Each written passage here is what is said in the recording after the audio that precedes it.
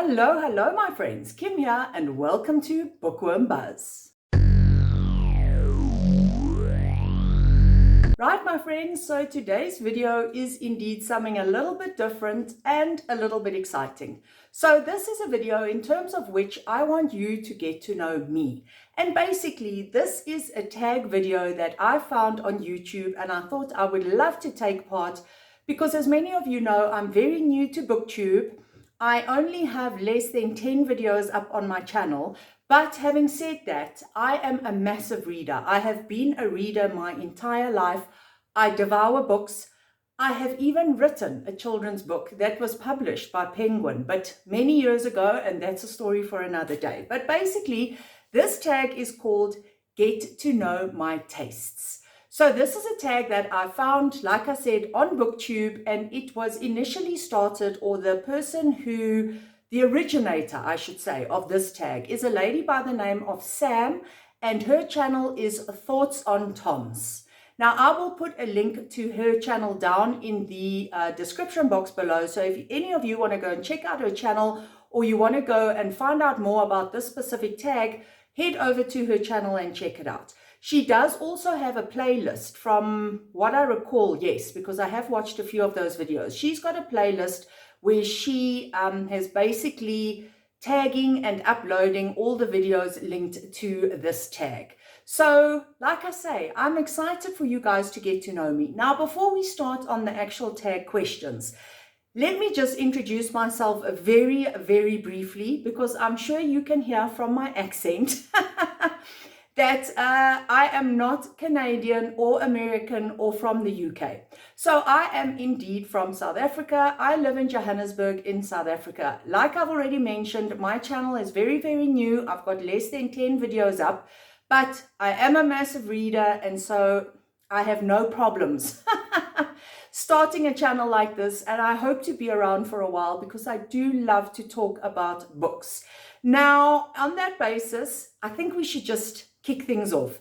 So starting off with the very first question in this tag video. So the first question was, how do you rate books? So this is a pretty straightforward answer. I rate books on a scale from 1 stars to 5 stars. I know some people like to do half stars or even quarter stars. I don't do that. I try to give a 1, 2, 3, 4, or 5. On the odd occasion, very odd occasion, I will give a book a half star, like 3.5 stars. If I really, really genuinely can't decide between a 3 or a 4 star, as an example, then I will do a half star. But basically, if I rate a book 5 stars, it means it completely bowled me over. It has my heart. There was something special about it, something different about it, and it is just a book that will go onto my all-time favorites list. I don't think I'm someone who gives out 5 stars very easily. 4 stars, maybe I give out a bit more easily, but 5 stars, definitely not. If I rate a book 4 stars, basically that means that I've really loved the book. It's entertained me. I've got a lot of joy off of it, but it's not an absolutely perfect read. A 3 star would obviously be a book that I like. It's okay. I enjoyed it. I got something out of it. I didn't absolutely hate it, but I also didn't love it. But it's a book that sort of falls in, the middle of the road category. 2 stars for me means I didn't enjoy it. I finished it. It will generally mean that I finished the book, but it just didn't work for me. Something was wrong with it. I wasn't engaged, and I wouldn't recommend it. When it comes to 1 star reads, I'm someone who basically never gives a 1 star. Although, I should be careful saying that because I have just filmed a video linked to my March reads, the books that I finished in March, and I actually gave a book a 1 star rating there. But it is highly unusual. It does not happen often. Most of the time, if I'm really hating a book that much that it's going to get a 1 star review, I normally DNF the book. So that is sort of what I do in terms of my stars. As I've said, I try not to go the quarter star. Well, I never do a 3.25 or a 3.75. I have on the odd occasion done a 3.5, but I really try not to do that. Okay, so moving on to the second question. The second question is, how do you approach reviewing books? What's your style? Are you analytical, emotional, casual, or structured? I'm very much an emotional reader and emotional reviewer. So when I finish a book, if I have felt something, well, oftentimes more than something, but when I have felt a lot, or a book has really moved me, or the ending has moved me, or the characters, it will generally be a 5-star read for me. I'm obviously also somebody who does require the book to be well written. I mean, sometimes you might have a great storyline, but the writing can just be, not for you. So I'm definitely more of a reviewer that is emotional. But then when I write my reviews, I also have a more casual style. When I write reviews on Goodreads, I now and then try and just do bullet points so I don't go into long rambling. And on YouTube, what I've noticed is that I do tend to go into quite a bit of detail about the books that I've read. I'm still trying to work out, because of how new I am, whether that is going to be my style or whether I need to try and shorten my videos and shorten my reviews. But for now, I speak very much from the heart. I give reviews from the heart. I'm fairly casual, but I am fairly detailed. I do give you guys a lot of detail. So I would say in general, that probably captures my review style. If we move on then to question number 3. What's the book that made you a reader? Whether it was your first favorite or a book that got you hooked. Okay, so as I mentioned, I have been a reader my entire life. My big joy as a child was when I used to get pocket money. I did not go spending it on junk or toys or sweets or anything like that. I would always ask my mom to take me to the bookstore and to leave me there for an hour or two so that I could browse around and shop. I think that happened a little bit more in my early teenage years than when I was actually a child. But when I was a child, I was also a big reader. My mom always read to me, and the 2 books, no, I shouldn't say the 2 books. The one book that sticks in my mind the most from when I was a child and that I think got me totally addicted and hooked on reading was The Magic Faraway Tree by Enid Blyton. I just remember reading that book over and over again, and even as an adult, I still think about that book and how much I love that book. And then as a teenager, I started to read all sorts of other things, The Secret Seven and The Famous Five. And then there was, what was that book or that series called? Guys, now I'm trying to think of it.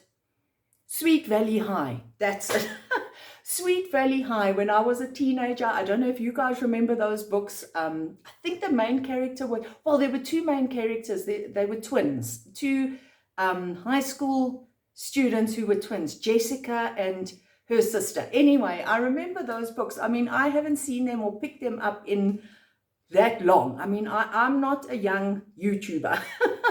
I am not in my 20s. I am in my very late 40s. So some of the books I'm talking to you guys about now are really in the distant past. But I would say that those are the books that stick with me. Those are the books that I remember from when I was a child and what really made me fall in love with reading. Okay, question number 4. Do you have a genre niche? That's a difficult question, because if you had asked me that a few months ago, I would have definitely said yes. And I will get to that. But for now, I think it's almost easier for me to tell you guys what I don't read or what I never read. So I never read sci-fi. I never read young adult. I have historically, and I'll explain that now, never been a romance reader either. What else? I made some notes here. I'm just checking what I said here. Yeah, pretty much. I mean, those are pretty much the genres that I never read. Then there are some genres that I will only read now and then. For example, historical fiction. I actually am finding that I tend to really enjoy the historical fiction novels that I read.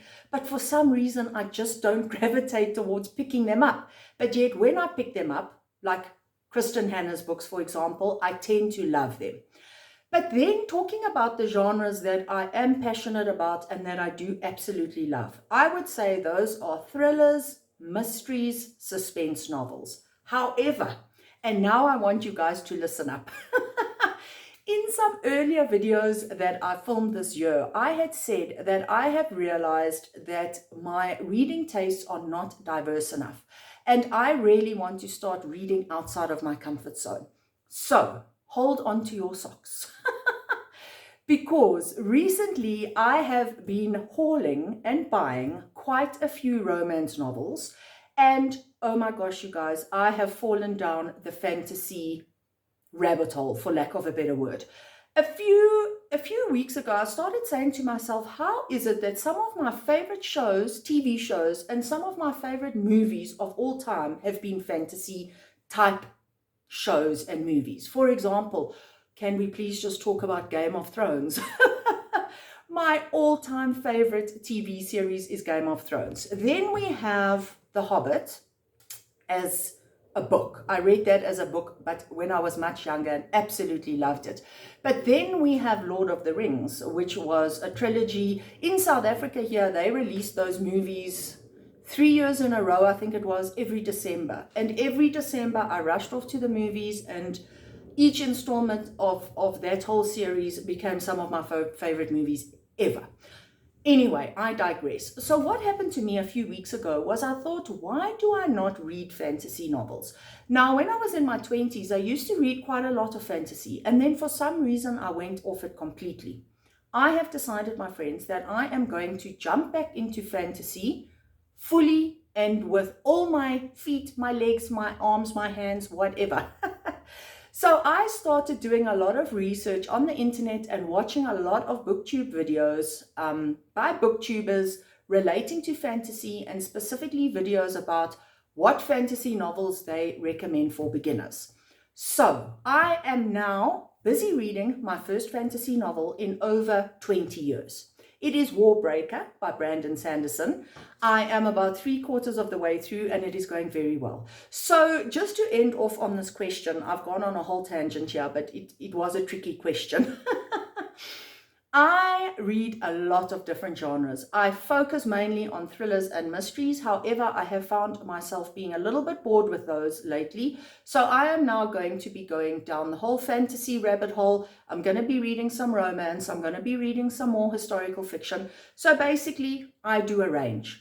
The only concern I have about fantasy is that I've heard that a lot of those novels are YA, and I really don't gravitate to YA. So if you are a fantasy reader and you have some adult fantasy novels that you would like to recommend, please do that down in the comments, because I would very much appreciate it. Anyway, enough about that question, you guys. I think I'm going to have to move a little bit quicker, or else we're going to be here all day. But anyway, question number 5. Do you generally prefer character-driven or plot-driven stories? Okay, so for me personally, I need both. But the plot to me is very, very important, and the pacing of a story is also important. I do battle when the pacing is off or when a story becomes incredibly slow. That said, I also do need great characters, and I need characters that are well developed, because it doesn't help having a rollicking story and you get to the end of the book and you think, oh, I don't really care about any of these characters. I don't care what happens. You know, you need to, as a reader, you need to feel something about the characters, whether it's good, it's bad. I know there are a lot of readers who hate it when a book is full of unlikable characters. For me, I don't mind. I really don't mind that, because as long as I'm feeling something, it means I'm enjoying the story. So for me, I know it's not great to sit on the fence, but for me, I'm going to say definitely both. I need good characters and I need a good plot. Right, question number 6. What's a book you love so much that you don't care if others don't like it? I've actually never thought about that, you guys. I don't really think of reading and books in those terms, as in, oh, I love this and I don't care if nobody else loves it. But what I can tell you, I will just give you 2 of some of my all-time favorite books. And now this is going to probably be a bit of a surprise, because neither one of these are thrillers or mysteries. So the first book that I fell hopelessly in love with many years ago when I read it, it had me blubbing like a baby by the end, was The Nightingale by Kristen Hanna. That is an all-time favorite book of mine. And then one of the other all-time favorite books of mine is The 7 Husbands of Evelyn Hugo. I'm sure many of you are very familiar with both of those books. Those are some of my all-time favorites. I don't care what people think of those books. They will always be my all-time favorites. So that is probably how I would answer that question.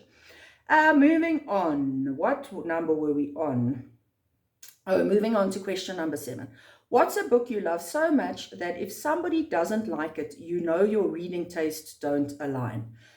This is another difficult question to answer, and I'm gonna probably sit on the fence here a little bit, because as I said in regard to the last question, I don't think about reading and books that way. I just feel that reading is such a subjective thing, and all our tastes are so immensely different that, you know, I don't really, I mean, I've got a lot of friends who I recommend books to, that we chat about books in our personal life, and I know that I've recommended books to them before and they've read it and been like, no, Kim. I remember recommending a book to my sister a few months ago. I actually can't remember what book it was now, and I absolutely loved that book, and she read it and it just wasn't for her. She said she doesn't understand what I love about it. So it's very hard to say, because, you know, you can have friends and people in your life, you love some of the same things and you don't love some of the other things. I mean, another example, I've got a very good friend of mine who lives in London. She read the book called The Life of Pi, and she could not get over how good that book was. She used to sit on the tube in London going to and from work and tell anyone who would listen how marvelous the book was, because she used to read it on the tube. So, of course, I picked it up and I absolutely hated The Life of Pi. I finished it, but I shouldn't have. I should have DNF'd it. The Life of Pi was like a 1-star read for me. So, I mean, that's just an indication of how different one's tastes can be. Having said that, I have learned that as much as I love this dear friend of mine, her reading tastes and mine are completely opposite. Whenever I've loved a book, she hates it. When she loves a book, I hate it. Anyway, enough said, moving on. Right, question number 8. What's in your trash pocket? So what books or tropes or memes that you know are bad, but you love them anyway? Is a book ever bad? Is a trope ever bad? It's very difficult to define what does that actually mean. You know what I mean? I again, don't think that there's a specific book or trope that I think is bad that I enjoy. What I can say about my reading taste, and I know this doesn't appeal or apply to everybody, is that I can go dark. I can go very dark in my reading tastes. I don't know if this is just a side effect of being a thriller reader for so long. I actually need my books to go dark. When I'm reading thrillers, I do enjoy messed up thrillers. I like thrillers that go down the psychological thriller route. I am okay, now please don't all come at me, I am okay with abuse, psychological abuse, physical abuse, serial killers, kidnappings, all those type of things, murders. I mean, I sound like a real psychopath saying all of this, but it's just to say that my taste can go very dark and messed up. Now, I know that let me say this. Can one say that is bad? Can I say that there's something wrong with me? No, I don't think so. I just think that the world around us has a lot of bad in it. And so reading books that also show the bad, not just the fluff, not just the good stuff and the fairies and the flowers, you know, books that go a bit dark and a bit messed up are okay for me, because I actually find that a very interesting avenue of human beings and the human psyche is how some people can be sweet and lovely and nice and others cannot, and others can do terrible, atrocious things. So like I say, again, I'm not sure I could literally say that those things are bad or that there's something wrong with me for enjoying that. But to answer the question, that is a trope, or those are types of books that might not be viewed always in the best light, but that I will read and that I will gravitate towards. Okay, now we are at question number 9. Do you have any deal breakers in books? So this refers to whether there's anything, if there's anything contained in a book, a theme or a trope that really turns me off. Yes, and this is traditionally why I have not been a fan of romance novels. Gang, I hate smut. I hate sex scenes. I hate reading about people having sex. I hate reading smutty, long drawn out sex scenes. Oh, I can't handle it. I don't know what it is. It just makes me cringe. And like I say, it's one of the reasons why I don't read romance. If I could read romance books, and having said that, I did mention at the beginning of the video that I have recently hauled some romance books just to give the genre another try, because like fantasy, I don't think I've read a romance book in probably over 20 years. And in fact, even in my younger years, my 20s and so on, I was never a romance reader. So I really want to try it again. But hold thumbs for me, friends, because I am a little bit worried about that genre in general because of the smut and the sex scenes. If we could just have the romance without any of the sex, I would be totally fine. So yes, that is something that generally puts me off books. And that is why, like I say, trying to get back into romance for me at this stage might be a little bit difficult. I'm going to see. I'm going to keep an open mind and see how I do. But yeah, sex scenes and smut, no, not for me. Right. There's another question. There's 2 questions on this list that, if it's okay with you guys, I'm actually not going to answer, just because, to be honest, I don't have an answer. The first question is, what's a strong opinion you have about a book released within the last year? So whether you think it's overrated, underrated, whatever. I can't really answer that question. I'm sorry, I'm just going to pass on that question. I don't have any very strong opinions about any book that I've read in the last year. Some have been brilliant, some have been trash, some have been mediocre. Some books have been hyped when I haven't loved them. Some have been underhyped and I have loved them. But nothing is actually jumping out to me. So I'm going to move on from that one. The next question is, what do you look for in writing? Like, what makes a book stand out for you? Okay, so, sorry, I'm just giving a quick break because a helicopter is just flying over quite low and I'm not sure if you guys could hear that. So back to that question being, what do I love about, well, what was the writing basically, or what do you look for in writing? That was the question. To me, and I think I touched on this earlier, I love a great plot and a fast-paced read. I also love characters that are fully fleshed out and that have developed through the story. So those are the 2 big things for me. But a third thing that is very important to me, or that I just love it when it happens, is to feel emotion. So when I read a book, I want to really love the characters, or I'm also okay hating the characters. I'm okay having a cry. I'm okay getting really angry. Like, all that emotion for me is really fantastic. If I read a book and I feel something, often those books are 5 stars for me. And if they're not 5 stars, they're often 4 stars. So for me, that is very important. If I can finish a book, and that's why I say, going back to a point I made earlier, some readers really don't like books with unlikable characters, or with books that are, contain unreliable narrators, or I don't know, any of that. And I'm actually okay with all of that, because if you give me an unlikable character and you write that character so well that I absolutely despise them, I just want to strangle them with my own 2 hands. That is a great read for me, because to feel so much emotion and to feel so strongly about a character, like I say, good or bad, that just works for me. So basically, yes, that is what I look for in writing. And then it says, how do you decide what to read next? Oh, I am not a planner. I am not a planner at all. Going forward, and even of the 10 or so videos on my channel at the moment, you will not see videos about a TBR or a monthly TBR, because I do not read that way at all. I am very flighty. I'm a mood reader. I finish one book and then I go to my shelves and I say, I don't know, what am I in the mood for today? It does sometimes happen, and I am at that stage at the moment, where after reading a specific genre for either months and months or years and years, like I have been doing with my thrillers, I tend to get bored. I'm in that stage at the moment. I explained that in the beginning of this video. I am very much needing a big break from thrillers and mystery novels at the moment. That is just the mood that I'm in. It's the vibe that I'm feeling. So I am not feeling the thrillers at the moment. So to decide what I read next, no planning. There's no planning whatsoever.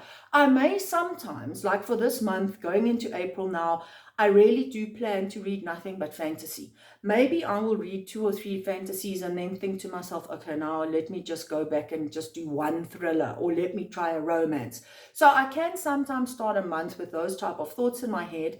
But in general, it's not something that I plan. I won't have a big pile of books, like 6 or 7 books next to me, and I must read that pile. No, I'm very much a mood reader, and I like to be footloose and fancy-free and not have any big plans.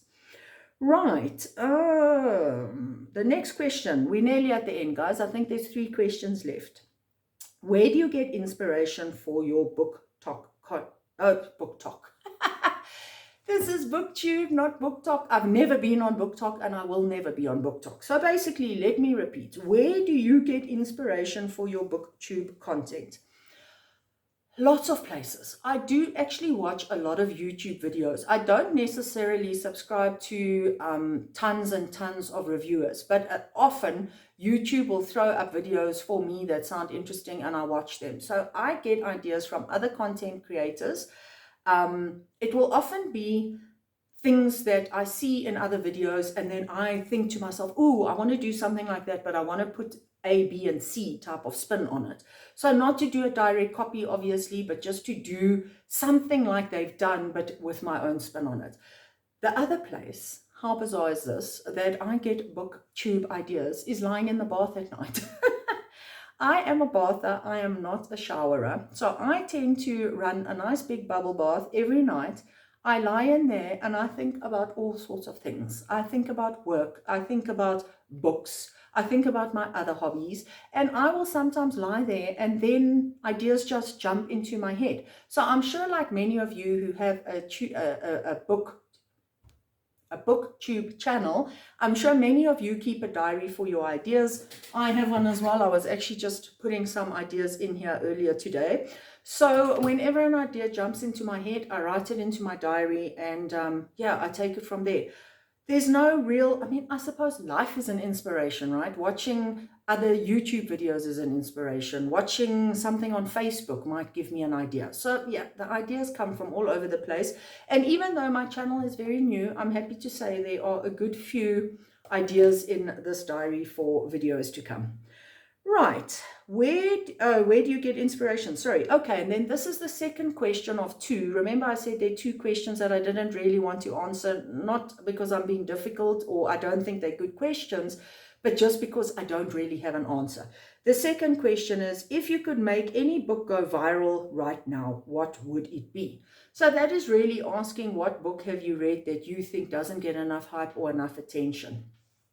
Again, that's a very difficult question, and I don't really have an answer for that. I tend to read a lot of popular books, a lot of books that I've heard lots about. So they are already popular, they're already getting attention.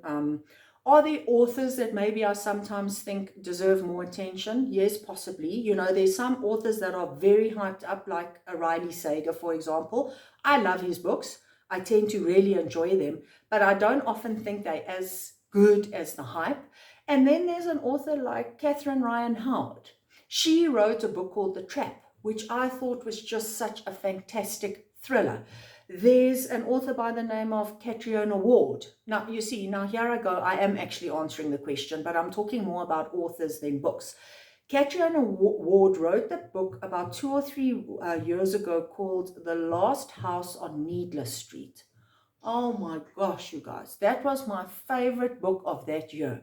I've then read some of her other stuff, and she writes some books and some novels that are just completely weird, completely way out, but I absolutely love them. I think she is very underrated.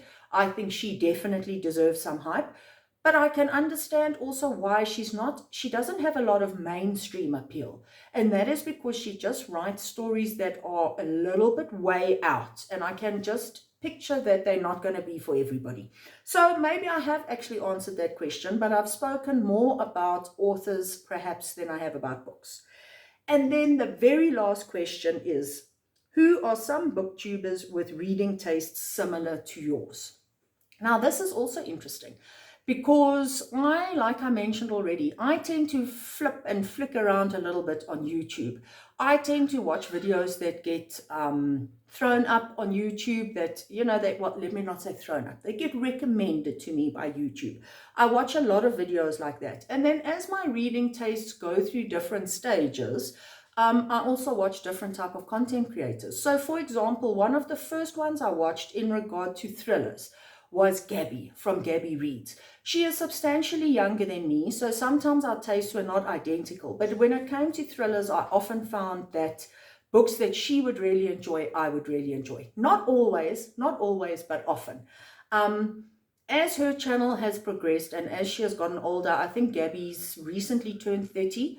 Her tastes are also changing. She does quite a lot of horror on her channel as well, which is also interesting for me because I'm only recently in the last year or two starting to read horror. So I enjoy her thriller and horror recs.